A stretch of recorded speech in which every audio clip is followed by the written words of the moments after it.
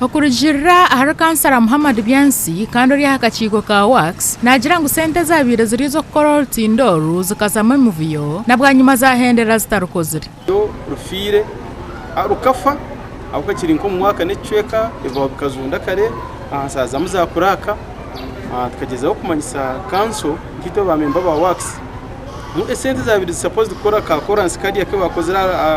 atora katete kandi ndabakora olutindo ba raising ebe bridge carvati kansara nagira ngo shaheji kanso teine na 10 cyo gukora aha rutindo ekiri kumanyisa ngo bakatete n'abantu bari kurukozesa nibija kwefaho konka bakatuzamani bakora Corance eshaje ndigambira kanso teine wa desiringi 10 ekikuza gukora aha rutindo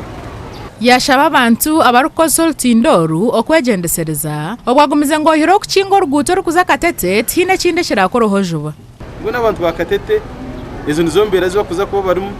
shano rutindo kukingwa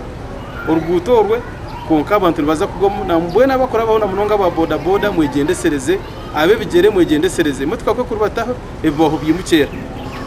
muza kutunga uburemezi hamwe Omumakura gihangwe TV West yakoreka mbera eyo rutindo rwa katete rumu kandi abantu bagira government eshemeye kuraka kugira iki yabayamba konka ncherebe kanke kitari hihi mente tuyambe abakirikwato batuyambe ishayo nani kuza kusto umuntu nomanya bo ka government bakachikwata bata benda kuza gukora ikintu abantu aba kwisharinga kwekarakasa dinkumanye banisiretwa ki bobonka no bembezi bitu tukabaronda kugira ngo babase tuyambo mbizukebi ubwatene nguto nentindo konka tubakufayo abantu aba nabagira ngo kiri kubashasha munonga no kushanga ngo ebiruka ebirukura ba rutindo ru kanso nebihamwe mushoro konka cyari kwenda kosa sente zo kubakora rutindo emotoka ezihekere ebintu ebirukurgamwe emishoro kweta local revenue zarabaha icyo kureberaho ngege motoka eji eyina makara eyine bituke kandi ebyo kansone ebihoza eyihamwe mushoro nitwebuza hade sente zo kuzerukeza zizankati ebyemushubere byinje birukwije muri mbarra nebiretwa aha rutindo ru nkamakara ebitoke hamwe n'ebindi binji ekiri kumanyisa ngo rutindo ru nurabwa mu abantu binji akubo kugitoro wakatete kora yo business nyinjo ko twaro ko mutawoni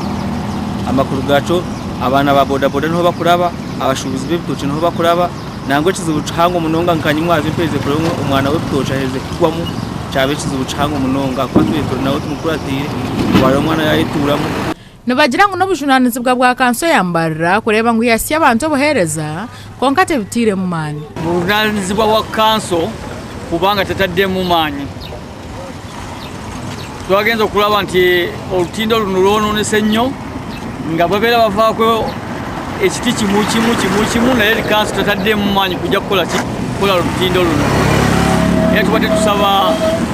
nga kanso etuyambe kola olutindo olwo